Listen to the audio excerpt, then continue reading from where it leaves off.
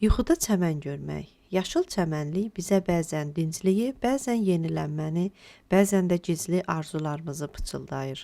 Bəs bu mənzərə sizə nə deyir? Əgər yuxuda yaşıllıqlarla dolu, təmiz və geniş bir çəmənlik görürsünüzsə, bu ruhunuzun aydın olduğunu, gələcəkdə sizə bolluq, bərəkət və daxili rahatlıq gələcəyini göstərir. Bu yuxu deyir ki, həyatınızda sülh dövrü başlayır.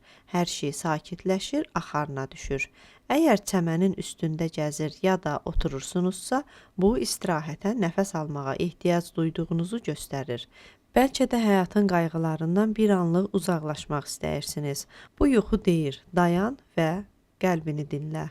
Bəzən yuxuda çəmənlikdə tək dayanmaq, daxili təkliyi, özünə qapanmanı, bəlkə də kiminsə sizi unutduğunu hiss etdiyinizi ifadə edə bilər.